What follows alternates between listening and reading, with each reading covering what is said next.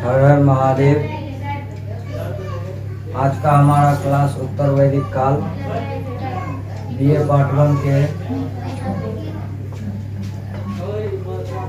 History paper 1 का एक point है।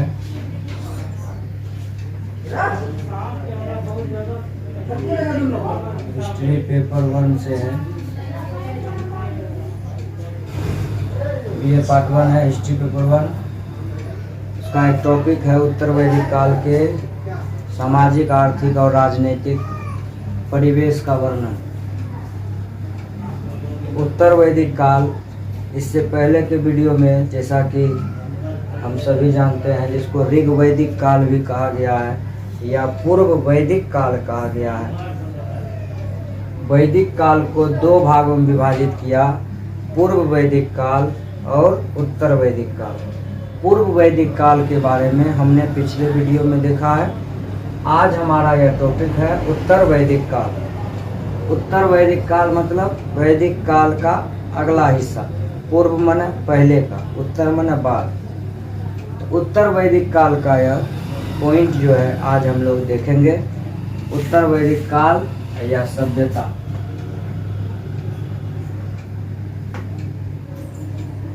लेटर वैदिक सिविलाइजेशन।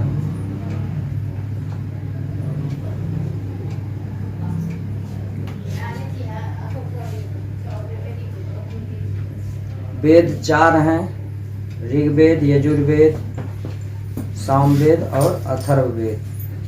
तो ऋग्वेद सबसे पहला है। तो ऋग्वेद को पूर्व वैदिक काल में रखा गया है। पूर्व वैदिक सभ्यता में ऋग्वेद को रखा गया है। बाकी जो 3 वेद इधर बच जाते हैं, सामवेद, यजुर्वेद, सामवेद और अथर्ववेद, इन तीनों को उत्तर वैदिक काल में रखा जाता है। तो उत्तर वैदिक काल जो है, इसका क्षेत्र पहले था पूरब से पश्चिम, पूरब और दक्षिण में।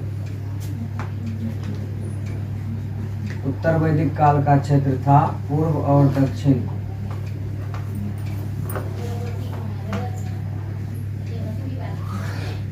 बाद में वैदिक काल का जो युग है, यह बदल करके आर्य संस्कृति, वैदिक काल को ही आर्य संस्कृति कहा जाता है। यानी वेदों के अनुसार आर्य संस्कृति, वेदों को मानने वाली। इसका क्षेत्र पड़ गया कुरुक्षेत्र। इसका केंद्र हो गया कुरुक्षेत्र। यानी उत्तर वैदिक काल जो है वो उसका क्षेत्र बन गया कुरुक्षेत्र। और ये हिमालय से विंध्याचल के मध्य संपूर्ण भाग में फैला हुआ था। और बाद में इसका केंद्र बन गया कुरुक्षेत्र, जो अभी उत्तर प्रदेश में पड़ता है, जहां पर महाभारत की लड़ाई हुई थी। आर्य का प्रभाव इस क्षेत्र में देखा जाता है। पूर्व वैदिक काल के तुलना में पूर्व वैदिक काल का आर्थिक, राजनीतिक, सामाजिक सभी तरह का जो भी परिवेश था, उसके बारे में हम लोगों ने देखा। उत्तर वैदिक काल की जो सभ्यता है वो पहले से उसमें थोड़ा बहुत बदलाव हुआ है, बाकी सब कुछ जैसे का तैसे। इस वीडियो में अगर शुरू से अंत तक आप इस वीडियो को देखिएगा तो आपको समझ में आ जाएगा कि पूर्व वैदिक काल और उत्तर वैदिक काल की सभ्यता, संस्कृति, सामाजिक, आर्थिक, राजनीतिक जो भी स्थितियां थी, दोनों में लगभग सेम था।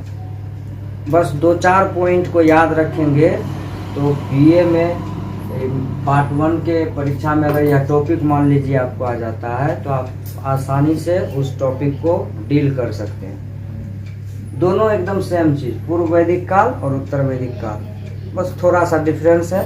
वीडियो को हम शुरू से अंत तक देखिएगा आप लोग, तो हम उसमें जो बदलाव हुआ है उसको हम इंगित कर देंगे। बाकी सब पूर्व वैदिक काल की तरह ही है, तो थोड़ा सा ध्यान देने की जरूरत है।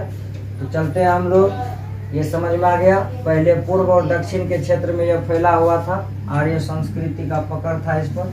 बाद में यह कुरुक्षेत्र में आकर के केंद्रित हो गया, इसका केंद्र बन गया, आर्य संस्कृति का केंद्र बन गया कुरुक्षेत्र।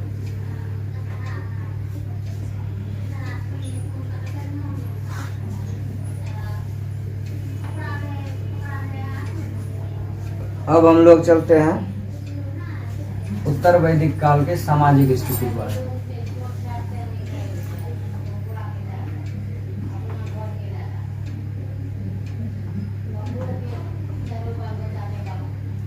सामाजिक स्थिति, सोशल कंडीशन।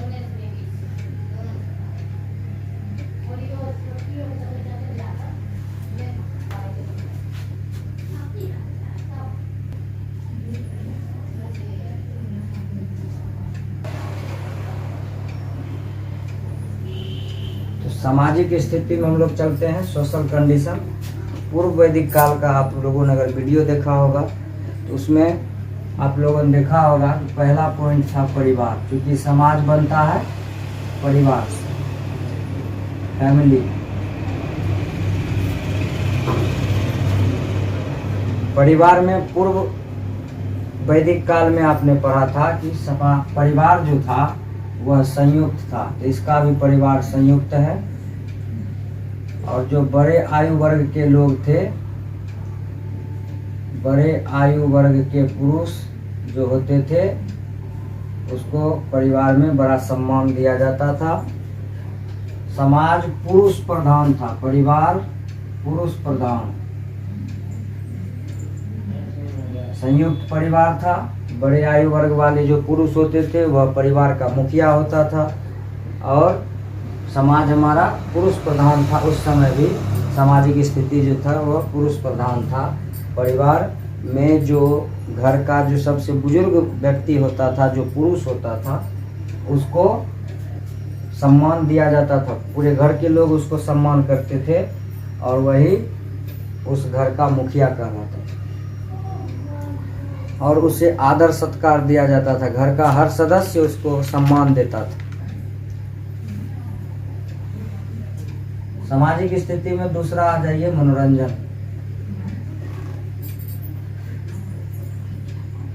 एम्यूजमेंट।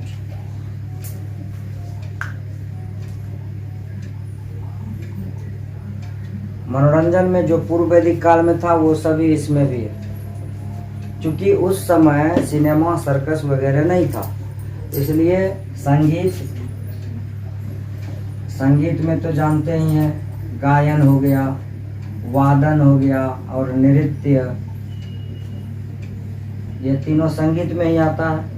गाना बजाना, नाचना, उस समय का ये मनोरंजन का ये सबसे बड़ा साधन था, संगीत ही, दूसरा कोई साधन नहीं था। लोग जुआ भी खेलते थे। महाभारत में हम लोग देखते हैं जुआ खेलता है शकुनी, कौरव पांडव के बीच में, पासा वाला जुआ, बड़ा बड़ा गोटी होता है। महाभारत में आप लोगों ने देखा होगा, वो जुआ खेलते थे। रथ दौड़, वो वैदिक काल में भी आपने पढ़ा था, रथ दौड़, जुआ, संगीत, गायन, वादन, नृत्य, बांसुरी बजाना, ढोल बजाना, ये सब मनोरंजन के साधन थे, और वे लोग इसी से अपना मनोरंजन करते थे। अब चले आते हैं उन लोगों के भोजन और पेय पदार्थ।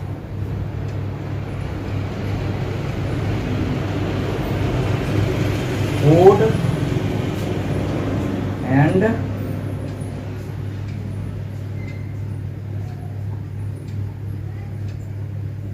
भोजन और पेय, फूड एंड ड्रिंक।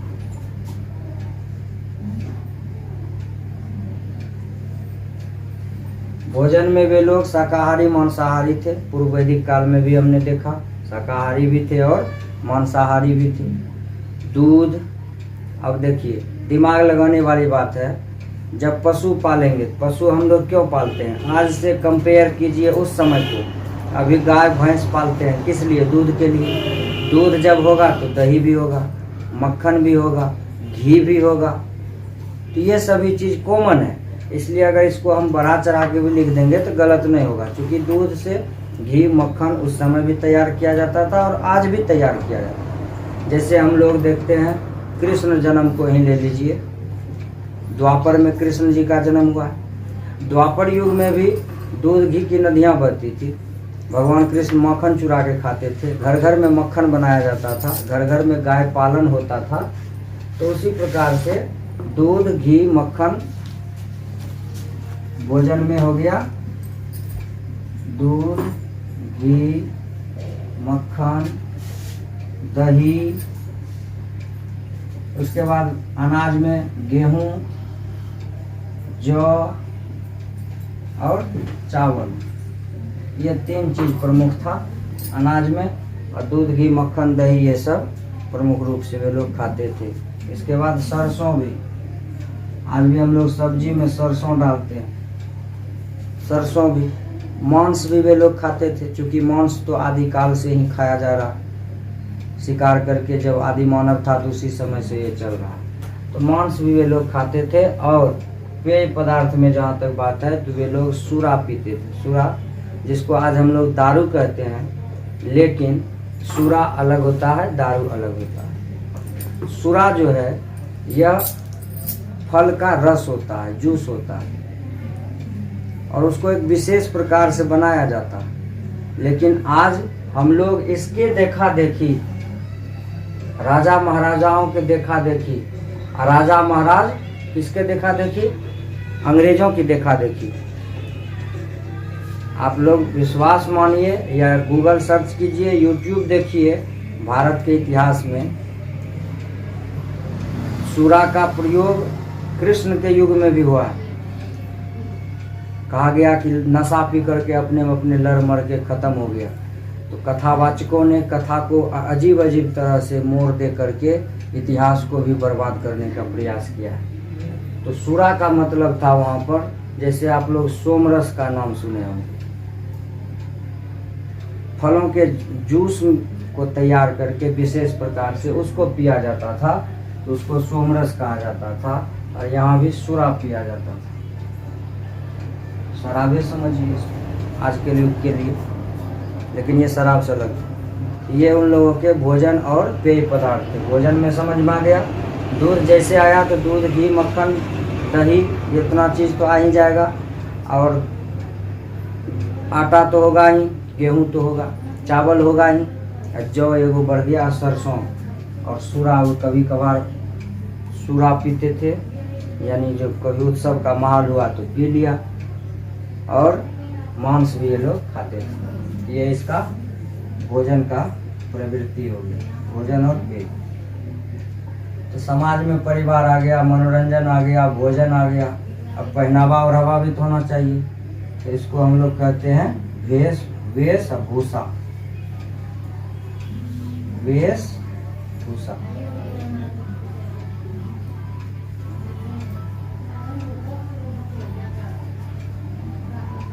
वेशभूषा और प्रसाधन।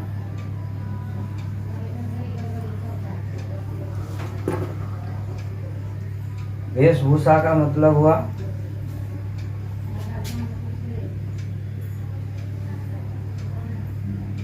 वेशभूषा का मतलब ड्रेस एंड डेकोरेशन, जो पहले भी हम लोग पढ़े हैं। देखिए, पूर्व वैदिक काल और उत्तर वैदिक काल एक लंबा पीरियड रहा है। 1500 ईसा पूर्व से लेकर के 200 ईसा पूर्व तक ये लगभग रहा है वैदिक काल। पूर्व वैदिक काल भी एक लंबा पीरियड रहा, उससे भी लंबा पीरियड पूर्व वैदिक काल से उत्तर वैदिक काल का है कि 3 वेद की रचना इसी में हुई है। तो वेशभूषा और प्रसाधन जो है पूर्व वैदिक काल के तरह ही था। इसमें भी कपड़े पहने जाते थे। ऊपर के कपड़ा को वास कहा जाता है, जैसा कि पिछले पॉइंट में हम लोग पढ़े थे पूर्व वैदिक काल में। वास ये हुआ अपर गारमेंट,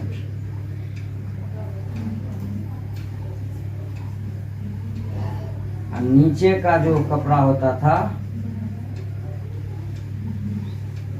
नीचे के कपड़ा को कहते थे अधिवास। और अंदर में जैसे हम लोग अंदर का जो कपड़ा होता है उसको कहा जाता था अंडर गारमेंट्स। अंडर गारमेंट्स, इसको कहा जाता था नीवी। यही कपड़ा वे लोग पहनते थे। सूती कपड़ा पुराने जमाने से ही सूती का कपड़ा बनाया जाता था, सूती कपड़ा पहनते थे।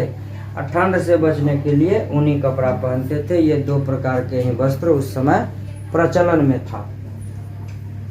तो समझ में आ गया वेशभूषा।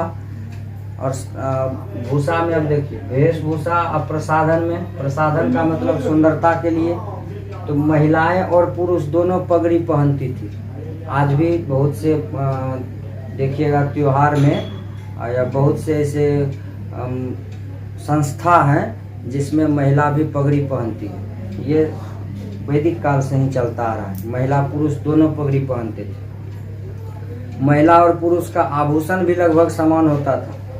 आप अगर इसको देखना चाहते हैं तो देवताओं का कोई रामायण महाभारत वगैरह सीरियल में देख लीजिए। राजाओं का ड्रेस, गला में उतना जेवर पहनते थे, बाह में बाजूबंद, हाथ में कड़ा, गले में, तो यानी पुरुष और स्त्री एकदम बहुत ज़्यादा आभूषण का प्रयोग करते थे। वेशभूषा लोगों का समझ में आ गया। वे लोग सौंदर्य प्रसाधन वगैरह भी प्रयोग करते थे, उनको मालूम था। सौंदर्य प्रसाधन में जैसे श्रृंगार वगैरह का सामान, और अधिकांशतः उनका जो आभूषण होता था वो सोना चांदी का होता था। दोनों सोना चांदी का आभूषण खूब पहनते थे। आभूषण में वे लोग कोई कटौती नहीं करते थे। अब चले आते हैं हम लोग शिक्षा में।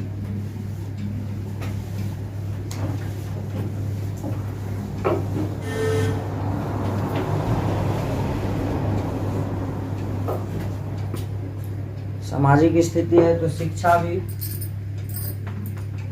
वैदिक काल में आप लोगों को शिक्षा का एजुकेशन, वैदिक काल में गुरुकुल परंपरा थी। गुरुकुल परंपरा में क्या होता था आप लोगों को भी मालूम होगा। गुरुकुल परंपरा में होता था कि विद्यार्थी को अपने गुरुजी के यहाँ जा करके रहना पड़ता था। उपनयन संस्कार होता था उनका, मुंडन हो जाता था, जनेऊ संस्कार होकर के सीधे गुरुजी के घर चले जाओ और ब्रह्मचर्य व्रत का पालन करते हुए विद्या अध्ययन करो। तो ये गुरुकुल परंपरा थी वेदों में। और इसका भी प्रमाण आप रामायण और महाभारत में देख सकते हैं। भगवान कृष्ण भी वेद का अध्ययन करने के लिए संदीपन मुनि के आश्रम में जाते हैं, वेदों का अध्ययन करते हैं, उपनिषदों का अध्ययन करते हैं और वहीं पर उनका मित्र बनते हैं सुदामा।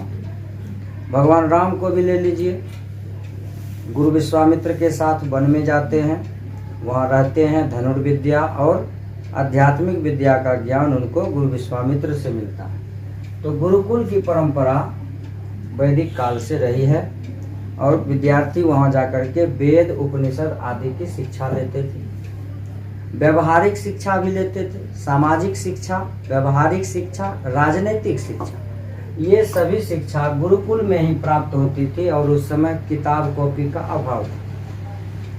मुजवानी शिक्षा दिया जाता था, जिसका आप लोग टीवी वगैरह में, रामायण सीरियल वगैरह में देखते होंगे।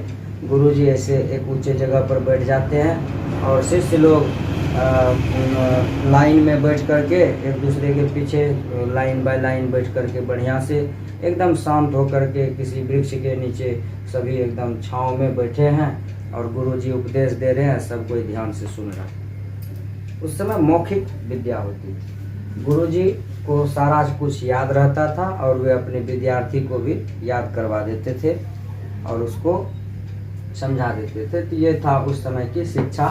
सामाजिक, राजनीतिक, आर्थिक, ये सभी शिक्षा गुरुकुल में ही गुरुजी के द्वारा दिया जाता था। अब चले आते हैं जाति प्रथा पे।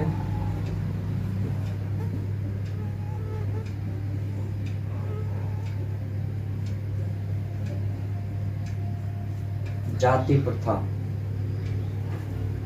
जाति प्रथा को क्या कहेंगे?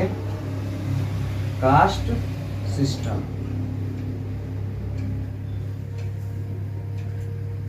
वैदिक काल में, जैसा कि पूर्व वैदिक काल में हम लोगों ने देखा कि कास्ट सिस्टम नहीं था, जाति प्रथा था ही नहीं। तब क्या था? तो जो विद्या अध्ययन करते थे, जो वेद को जानते थे, जिन्हें शास्त्र का ज्ञान होता था, उसको ब्राह्मण कहा गया। ब्राह्मण शास्त्र का ज्ञाता जो होते थे, वेद उपनिषद के जो ज्ञाता होते थे, उसे ब्राह्मण कहा जाता था। क्षत्रिय हो गया, जो राजकाज देखते थे, सैनिक में रक्षा के लिए, राज्य की रक्षा के लिए जो काम करते थे, वो क्षत्रिय कहलाए। मतलब राजकाज और सैन्य व्यवस्था में जो रहते थे, उसको क्षत्रिय कहा गया। पूर्व वैदिक काल में एक चीज को ध्यान रखना है कि पूर्व वैदिक काल में जन्म प्रधान नहीं था। व्यक्ति जो कर्म करता था, उसके आधार उस पे उसकी जाति होती थी पूर्व वैदिक काल में। लेकिन उत्तर वैदिक काल में यह व्यवस्था बदल गया। यहाँ पर जन्म के आधार पर जाति का विभाजन हो गया, जिसके कारण ब्राह्मण के घर जन्म लेने वाला बच्चा ब्राह्मण हुआ, क्षत्रिय के घर जन्म लेने वाला क्षत्रिय, और शूद्र के घर जन्म लेने वाला शूद्र हुआ। वैदिक इतिहास में अभी जिस पॉइंट्स को हम लोग पढ़ रहे हैं, इतिहासकारों के अनुसार शूद्र को अनार्य कहा गया। अब किस आधार पर कहा है, हम लोग आर्य और अनार्य के बारे में अगला पॉइंट हम लोग जब पढ़ेंगे तो उसमें जानेंगे कि आर्य किसे कहा गया और अनार्य किसे कहा गया, तब जानेंगे। तो ब्राह्मण, क्षत्रिय, वैश्य, वैश्य में व्यापारी आते थे,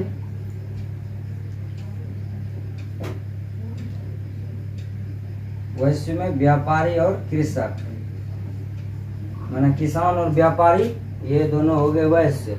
अब बाकी जो था वो छोटी कास्ट का लोग, जो कुछ नहीं करता, दूसरे की रोजगार मजदूरी करता था, वो हो गया शूद्र। इसका काम था कि ऊपर वाला जो तीनों है, इसकी सेवा करना, और इसको कहा गया कि ये अनार्य है। अब कैसे है, अगले पॉइंट में हम लोग जानेंगे। तो जाति प्रथा के बारे में हम लोग जान गए। जो ब्रह्म को जानने वाले थे, यानी शास्त्र वेद उपनिषद को जानने वाले थे, ब्राह्मण कहलाए। राजकाज और मंत्री वगैरह में जो हिस्सा लेते थे, वो क्षत्रिय हुए। और व्यापारी वर्ग जो होते थे, कृषक, उसको वैश्य कहा गया। और शूद्र जो था, वह मजदूर वगैरह क्लास का जो था, उसको शूद्र कहा गया। इसका काम था सेवा करना। ये जाति प्रथा था, जो पूर्व वैदिक काल में नहीं था। पूर्व वैदिक काल में कर्म के आधार पर था, और यहाँ पर हो गया जन्म के आधार पर जाति विभाजन। और भीमराव अंबेडकर का लिखा हुआ है श्रम विभाजन और जाति प्रथा, उसमें भी आप पढ़िएगा तो उन्होंने इसे सबसे बड़ा दोष माना है आज के समाज का, कि बच्चा जन्म से ही शूद्र, ब्राह्मण और क्षत्रिय वैश्य हो जाता है, जो कि गलत है। हमारे वैदिक काल में, पूर्व वैदिक काल में या वेदों में ऐसा कहीं नहीं है कि जन्म से ही वह बस वैश्य, क्षत्रिय, शूद्र कुछ भी होगा। कर्म के आधार पर लोगों की जाति का विभाजन होना चाहिए। और एक बात मैं और कह देना चाहता हूँ इसी वीडियो के माध्यम से, अगर कोई अपने को छोटा जात समझता है, अपने को नीचा समझता है, और अपने को इतिहास में हो रहे भेदभाव और छुआछूत से ग्रस्त समझता है कि मेरे साथ इतिहास में ऐसा भेदभाव हुआ, तो मैं उनको एक ही संदेश देना चाहूँगा कि अगर आप अपने जाति का भला करना चाहते, अपना भला करना चाहते, और आप चाहते हैं कि हम उसका जवाब दें, तो आपके लिए बस एक ही रास्ता है, वह है शिक्षा। आप शिक्षा के बल पर ही अपने जात से, क्षेत्र से, भाषा से, संप्रदाय से ऊपर उठ सकते हैं। आज भीमराव अंबेडकर जाति के महार थे, लेकिन उसकी जाति आज कोई नहीं पूछता है। संविधान के निर्माता भारतीय संविधान के पिता कहलाते हैं। ये उनकी सबसे बड़ी महानता है। और हम रोना रोएंगे इतिहास का कि मेरे साथ ऐसे हुआ, मेरे साथ ऐसे हुआ, ऐसे हुआ, तो हम उससे बाहर निकलने का प्रयास करेंगे, न कि उसी कीचड़ में फंसे रहेंगे और सब दिन अपने भविष्य को भूतकाल को देख करके हम लोग बस रोना रोएंगे। तो ये गलत है। इसलिए हम लोगों को चाहिए कि अपनी जाति प्रथा से, अपनी जाति पाति और ये भेदभाव से हम अगर ऊपर उठना चाहते हैं तो बस उसका एक ही हथियार है, वह हथियार है शिक्षा। हम शिक्षा के बल पर अपने इस जाति प्रथा को जो है हम मुंह तोड़ जवाब दे सकते हैं। शिक्षा नहीं है तो आप कितनों तब हथियार लेके उठ जाइए, एक तरफ से तब ब्राह्मण क्षत्रिय वैश्य शूद्र सबको एक तरफ से संहार करते जाइए, मिलेगा कुछ नहीं। इसलिए शिक्षा ही हमें इस दलदल से बाहर निकाल सकता है, दूसरा कोई उपाय नहीं। तो जाति प्रथा समझ में आ गया। पूर्व वैदिक काल में जाति जो है वह कर्म के आधार पर था। जो जैसा काम करता था उसको वैसा जाति में रखा जाता था। लेकिन बाद में क्या हो गया कि जाति को रखा गया जन्म के आधार पर। ब्राह्मण के घर जन्म हुआ तो ब्राह्मण है, क्षत्रिय घर में जन्म हुआ क्षत्रिय, वैश्य के घर में जन्म वैश्य, और शूद्र के घर में जन्म हुआ तो शूद्र। तो ये जाति व्यवस्था उत्तर वैदिक काल में आकर के बदल गया।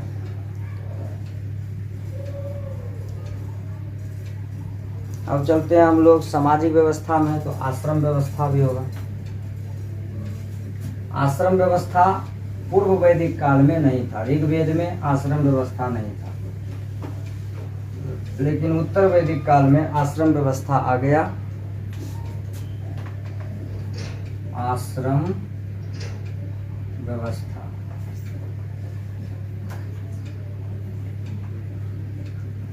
आश्रम व्यवस्था का मतलब हुआ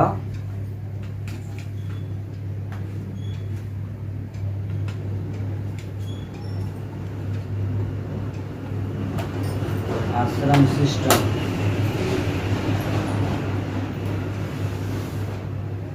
वेदों में बताया गया कि आश्रम 4 हैं। उत्तर वैदिक काल में आश्रम व्यवस्था पूर्व वैदिक काल में नहीं था।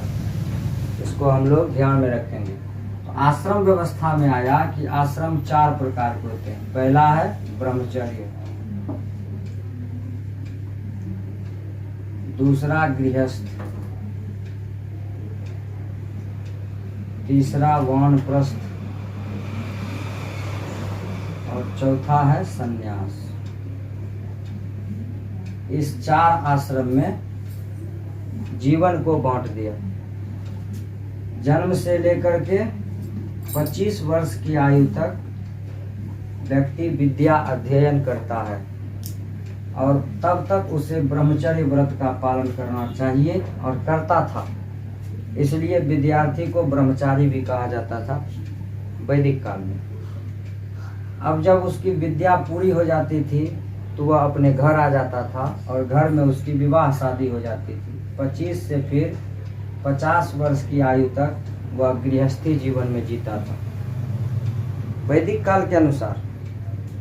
वानप्रस्थ में फिर 50 से 75 साल तक घर से मुक्त, घर में ही घर को छोड़ करके, घर गृहस्थी से परे होकर के अपना बेटा पुतोह को या अपने जो आगे का उसका जो वंशज है उसको सौंप करके अपना मुक्त हो गया। वानप्रस्थ, वानप्रस्थ मन सब चीज से छुटकारा पा लिया, खत्म।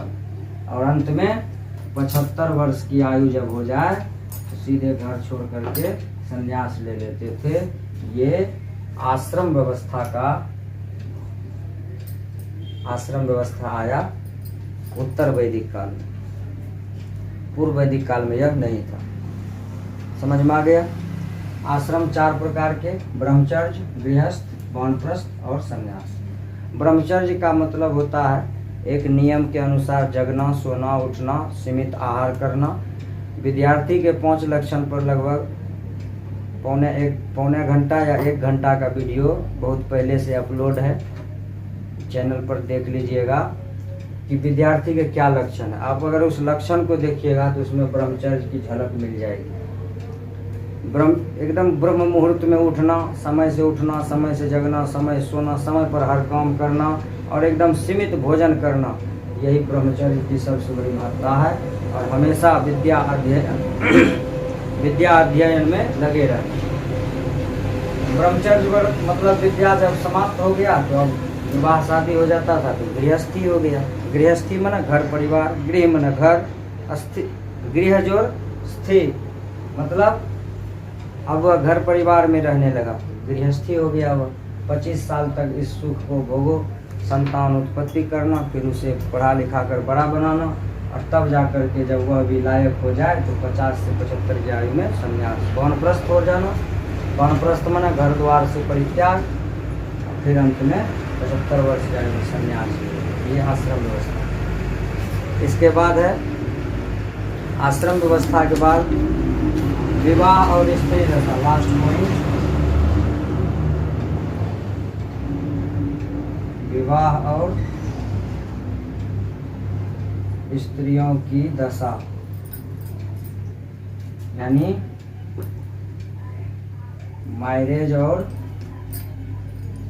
Marriage and condition of women.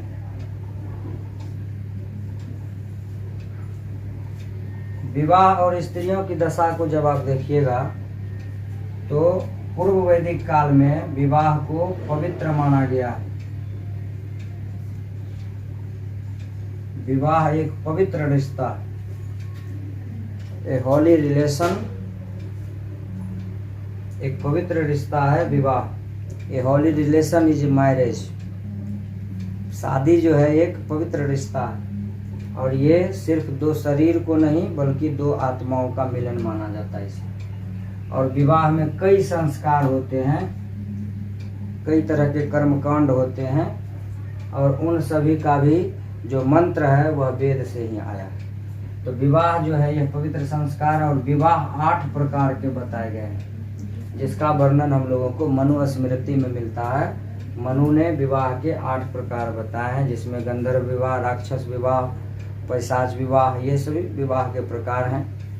देव विवाह, दैत्य विवाह, ये सभी विवाह के प्रकार में आते हैं। तो स्त्रियों की विवाह एक पवित्र रिश्ता था, और स्त्री पुरुष विवाह होता था, और विवाह बाल विवाह नहीं होता था उस समय।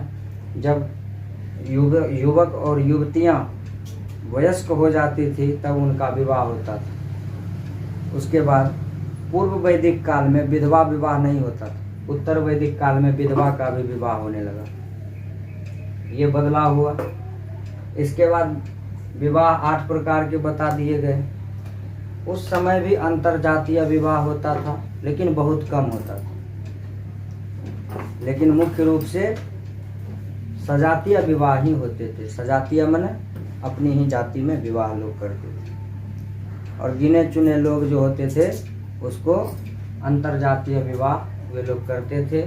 और ऐसे लोगों को आज भी समाज में अच्छे दृष्टि से नहीं देखा जाता है, और पहले भी शायद नहीं देखा जाता होगा। अब उतना सभ्य समाज, एलीट समाज, हम लोगों का पढ़ा लिखा समाज तो है नहीं जो इसको एक्सेप्ट कर ले कि अदर कास्ट में कोई शादी करे और उसको मान्यता दे दे। इसलिए उस समय अंतर्जातीय विवाह होता था, लेकिन मुख्य रूप से जैसे अभी, लेकिन अभी तो बहुत ज़्यादा हो गया, उसमें बहुत एकदम गिने चुने। और बहु विवाह प्रथा भी उस समय था, लेकिन राजा लोग ही सिर्फ करते थे। बहु विवाह माने, बहु विवाह का मतलब हुआ पॉलीगैमी, अंग्रेजी में उसको बोला जाता है पॉलीगैमी। ये जो बहु विवाह प्रथा था ये सिर्फ राजा ही करते थे, आम जनता या सामान्य लोग बहु विवाह नहीं कर सकते थे। लेकिन आजकल तो स्थिति बदल गया, सब कोई बहु विवाह करने में लगा हुआ। राजा इसलिए बहु विवाह कर लेते थे क्योंकि उनके पास सामर्थ्य होता था, संपत्ति होती थी, धन होता था, ऐश्वर्य होता था, तो वो बहुविवाह 2-3 पत्नियां रख सकते। जैसे में आप रामायण में ले लीजिए राजा दशरथ, और वह भी कंडीशन होता था। राजा दशरथ ने 3 रानियां पुत्र की इच्छा में किया था। अब कहिए जब राजा दशरथ 3 रानियां किया तो हम भी कर ले, तो आप कोई राजा है नहीं। एक व्यक्ति एक पत्नी को संभालना आज के युग में जो है लोगों को बोझ हो जाता है। और वहाँ 3-3 पत्नी कीजिए, सबको टहला दीजिए रोड पर। तो किसी से तुलना करने से पहले हम लोगों को पहले अपने क्षमता के बारे में भी सोचना चाहिए। यही बात भगवान पर भी लागू होता है। हालांकि यह हम इसका हिस्सा नहीं है, फिर भी मैं थोड़ा सा बोल देना चाहता हूँ कि लोग जो है भगवान से तुलना अपनी करने लगते हैं। कृष्ण को जो है 16,108 पत्नी बता देता, अब कहाँ से निकला है 16,108 पता नहीं, लेकिन कथावाचक इस कथा को चला रहे हैं। 16,108 पत्नियाँ थी, लेकिन राम का कोई जिक्र नहीं करते हैं, जिसने केवल एक पत्नी से ही अपना जीवन पूरा निर्वाह किया। भले पत्नी को जंगल भेज दिया, भले पत्नी को रावण हर के ले गया, लेकिन सीता के सिवाय राम ने किसी दूसरी स्त्री के बारे में सोचा तक नहीं। उसका कोई तुलना नहीं देगा। लेकिन हिंदू धर्म को ये मतलब जो उसमें कमी है, जो कमजोरी है, उसको निकाल के लोगों के सामने प्रस्तुत करता है, ताकि उसका चारित्रिक पतन हो। इन लोगों से, इनसे हमें बचना चाहिए। ये बरगला करके कुछ से कुछ कथा में कहीं सुना, किसी के मुंह से बस बोल दिया। अध्ययन करके अगर कोई बोले तो इस तरह की कथाएं हम लोगों के बीच नहीं आएंगी। लेकिन कथाओं में अपने मन से भी कुछ नमक तेल मिर्च लगा करके हमारे सामने प्रस्तुत किया जाता है, जो कि गलत है। आइए, तो विवाह और स्त्री की दशा में हम लोगों ने देखा, स्त्रियों की दशा जो है यहाँ पर ठीक नहीं थी। उत्तर वैदिक काल में स्त्रियों की दशा शोचनीय, चिंतनीय हो गई थी। पूर्व वैदिक काल में स्त्री पुरुष को बराबर अधिकार था, लेकिन यहाँ पर इसको बराबर अधिकार नहीं था। स्त्रियों की स्थिति दयनीय हो गई थी। लेकिन पहले स्त्रियों की स्थिति ऐसी थी कि वे पुरुष के साथ कंधे से कंधा मिलाकर काम करते थे। स्त्रियों को जुआ की वस्तु समझने लगे थे। इसका भी उदाहरण आप देख लीजिए महाभारत में। महाभारत में जब पांडवों ने सब कुछ अपना हार लिया, जब सारा राजपाट उसका खत्म हो गया, तो शकुनी मामा क्या किए, उन्होंने पांडवों को कहा कि देखते क्या हो, अब द्रौपदी को जुए पे लगा दो। इतना मतलब, अब यह भी कहाँ तक सत्य है यह तो अध्ययन के बाद ही पता चलेगा, लेकिन हम लोगों ने आज तक जो देखा है वह यही देखा कि द्रौपदी को भी जुए पर लगा दिया जाता है, और द्रौपदी को पांडव हार जाते हैं, और द्रौपदी का चीरहरण होता है भरी सभा में। और उसी समय द्रौपदी प्रण करती है कि वह इस दुशासन का, जब तक इस दुर्योधन के रक्त से मैं अपना बाल बांधूं, और वहीं से महाभारत का शुरुआत हो जाता है। तो स्त्रियों की स्थिति उस समय बहुत मतलब दयनीय हो चुकी थी उत्तर वैदिक काल में। और स्त्रियां जो है उस समय जुआ और मतलब धन की वस्तु मानी जाने लगी थी। उसको एक तरह से धन माना जाता था, इसलिए तो उसको जुआ में धन के बराबर मान करके लगा दिया जाता था। ये था उत्तर वैदिक काल की सामाजिक स्थिति। आर्थिक स्थिति अगले वीडियो में, तब तक के लिए हर हर महादेव।